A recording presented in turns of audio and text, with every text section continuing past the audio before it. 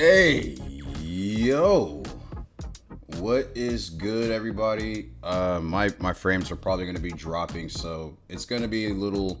Um, my my shit's gonna be a little bit choppy, so hopefully my stuff doesn't suck too much. How about let me try to close some of this out. I got a lot of stuff open. So I'm gonna try to close it and see if that will change the frame rate. But hey, yo, it's your boy God Body Roku in the building, and we got an OTA. We got an OTA, dog. All right. Let me try to re-record this all over again. So I might be sounding a little crazy and whatnot. Hopefully my screen doesn't do the super choppy stuff where it drops like half the frame. So I'm gonna go off the top of my head. We have a nerf or buff. It all depends on what you guys play and whatnot. Of this card, we got Forge being a 1/1 now. It's not a 2/1 anymore, so it's a cheaper cost. So I think personally for bounce deck archetypes, this will do really well in. I don't necessarily. I think it's a kind of an even deal. A lot of people say nerf. I still think it's really good with turn 1 Forge, turn 2 Deadpool. You know what I'm saying? Or X-23. Still be able to destroy your Deadpool, still be able to make it strong. So I think with this archetype, it's still strong, and still strong in bounce.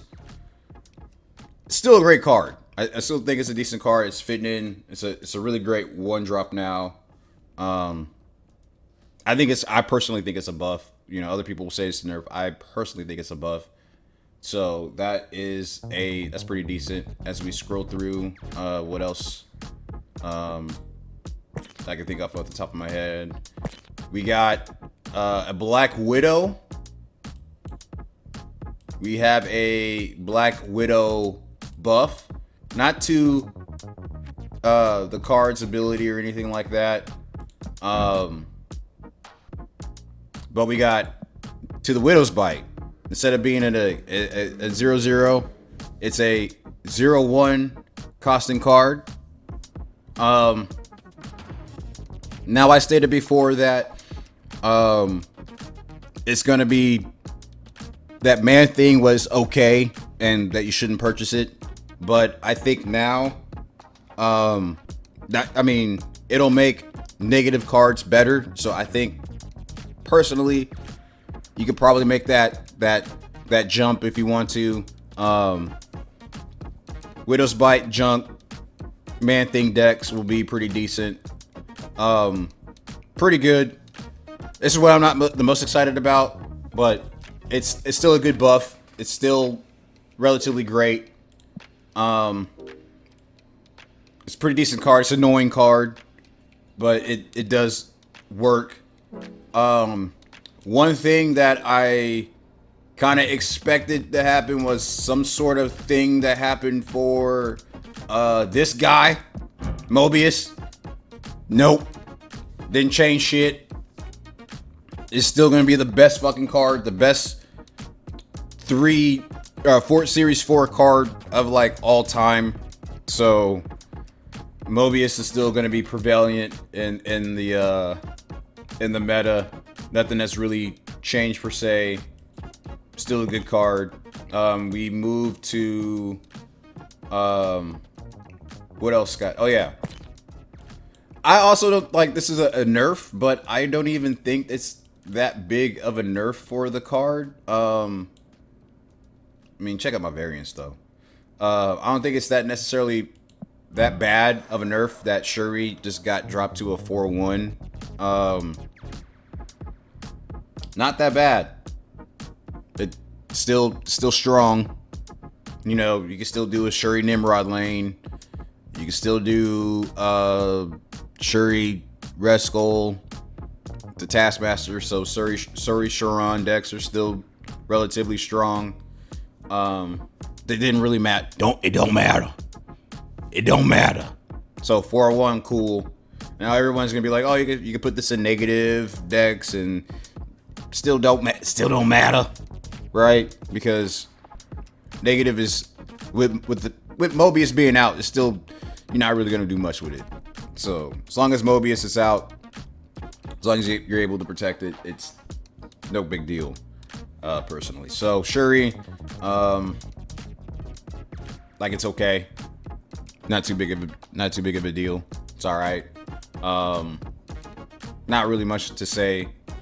I'm still gonna be rocking with it. Still has a really fantastic ability. So, and then if it has peak, if you're at peak, then if you get hit with the peak, you know, that'll be good for you. So, other than that, it's all right. I'm trying to think of any other things. I kind of wish that Captain Marvel would have been back to where she was before 5, but it is what it is. Not too many changes in the 4 drops, but we got to change in the 5 drops. So if you look at the 5s, we have a change to White Tiger. So White Tiger is still 5-1, but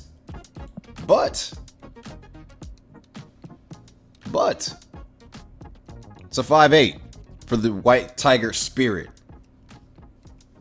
As you saw in my Ravonna gameplay. Oh yeah, I was expecting, before I go back to White Tiger, and you know that I got a shit on some cards, right?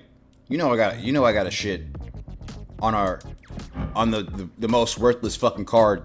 No OTA changes to Ravonna. Nothing for Ravonna. I was expecting a Ravonna change somehow, some way down the line, and they didn't do it. Could have been a 2-3, maybe. But this card is practically, I think this archetype and this thing with Mobius and everything is pretty much dead. What is even the fucking point? If you go back to my first video, what is even the fucking point of this card? And still, what is this bitch doing? You're worthless. She's worthless. It sucks. You fucking suck. Still a worthless fucking card. I was expecting something to do something with this fucking card. They didn't change. They did nothing to fucking this guy. No changes to Loki. Still no fucking changes to Loki. Still a busted fucking card. All right, but we go back to White Tiger and what this means. So now, people that now with it being an early card that you unlock in the game, I think this is pretty well. So we're gonna see pretty much a surgence of White Tiger Odin or Wong Odin White Tiger shit over again with the stronger with the stronger point differential and the power. So instead of it being a 5-7, it's now a 5-8. That's good buff, pretty cool.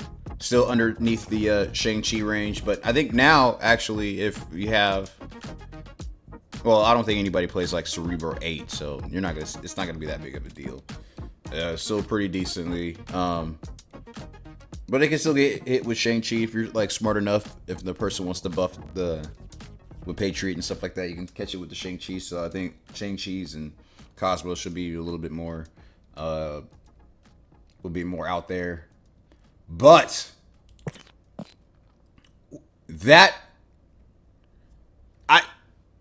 I'm saving the best for last, y'all. I'm saving the motherfucking best for last.